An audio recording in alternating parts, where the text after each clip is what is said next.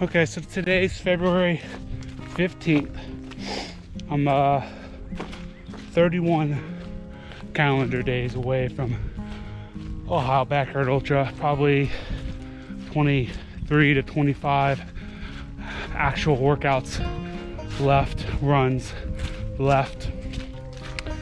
Just Tuesday, last week, Friday night into Saturday morning, I did my final backyard formatted run, 12 hours, 50 miles. Did it all on the road. Every lap was done on the road. It was done starting at 6 p.m. and my last lap started at 5 a.m. So 12 hours. It was battled through some things. Started off 55 degrees, windy, but you couldn't ask for better weather in the middle of February. Rained on me hour 3 and 4, I think, lap 3 and 4, but I was still warming up. It didn't really matter. Wasn't expecting it to get as cold as it did.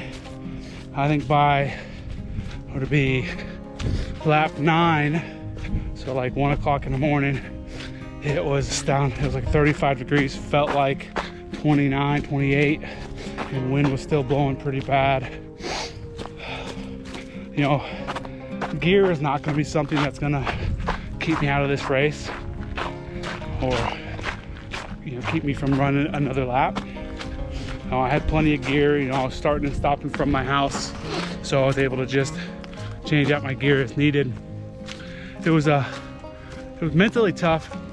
The first 3/4 of a mile were all into the headwind and the cold headwind coming out of the house. You got warm in there, but your body cooled down, and so the sweat from the layers was chilly, and it was tough stepping back out in that headwind. And then the rest of the way it was mostly with tailwind, so you kind of warmed up.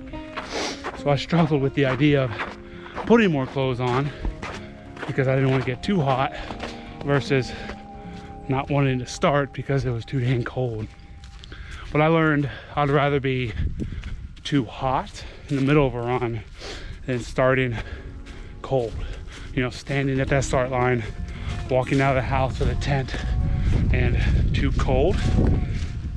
So definitely going to always err on the side of being warm enough at the start, and if I need to, take off a layer every lap, mid-lap. It's definitely worth doing that to stay warm at the beginning. Definitely need a second pair of road shoes. I like the idea of changing shoes midway through, the night lap or midway through the day lap, just to get a fresh pair when the stack height, the cushion under your feet isn't as compressed. And on the road, we all know you feel more of the pounding than you do on the trail. So my feet got kind of sore the last 3 laps of that run, and definitely gonna buy another pair of road shoes before race day. And the other big takeaway, 2 other big takeaways. One, I struggle with the idea of over fueling. During the last soul standing, I was having, I think it's a handheld water bottle. It holds more than 12 ounces. It's probably close to 20 ounces of water. And I was drinking one of those every lap essentially, and it usually had 1 scoop of tailwind in it. Sometimes it had 2. And then I got to the point where I was peeing at the end of every lap. So you're talking about peeing 24 times a day, which is abnormal. So I get worried about that. I'm drinking too much, ingesting too much tailwind, too much electrolytes. So I always keep an eye on my fingers and make sure they're not swelling up. And it was, cold on this run. So what I did, because I know I needed the fuel, but I didn't want to ingest all that water at the same time. So I just mixed half a bottle with 1 scoop of tailwind. Why I never thought of that before.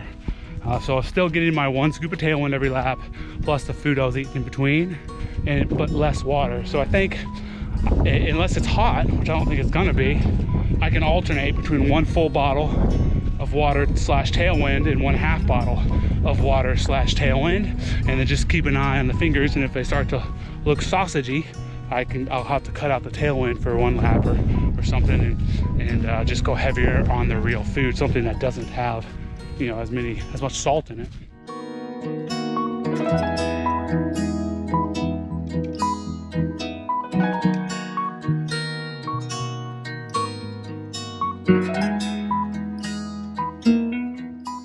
The other big takeaway is I was lap 10, right? So heading out on mile 42, right? That's probably right. No, 38 or something like that. And man, I was just done. I didn't want to. I didn't want to hang them up. I told myself, like, I had nothing to prove. I've done this before. You know, 38, 40 miles is fine. 10 laps, I get it. I know what, wasn't gonna learn anything else from it. Really the only thing that kept me going was that I was putting a story up on social media, and I said I was doing 12 laps. I wanted to do 12 laps. I wasn't injured, nothing like that, you know, wasn't pushing through an injury. I just didn't want to do it anymore. I was cold, tired. I ran that lap, was one of my fastest laps because it was cold. I was trying to get back, and that kind of motivated me, and so I set back out for the last 2 laps. But the moral of that story is there's going to be all kinds of reasons not to get out of that chair, not to go to the start line. Tons. You're going to find tons and tons of reasons. None of them are valid. There's no reason that you can't go to the start line and start. You know, there some of those reasons may be valid reasons why you're not going to finish that lap, why you're going to time cap out, tuck tail, turn around. But there are 0 reasons you can think of while you're in that chair, or 0, all the reasons that you think of when you're in the chair, 0 of them are going to keep you from starting the next lap.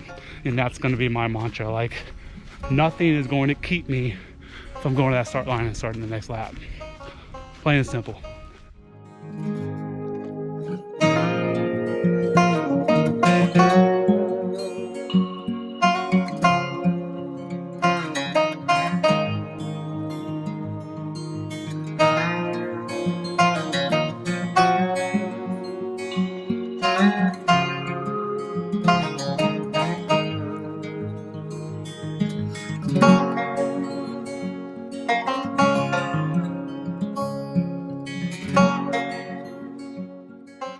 Seeing that hawk on the trail reminded me of my spirit animal.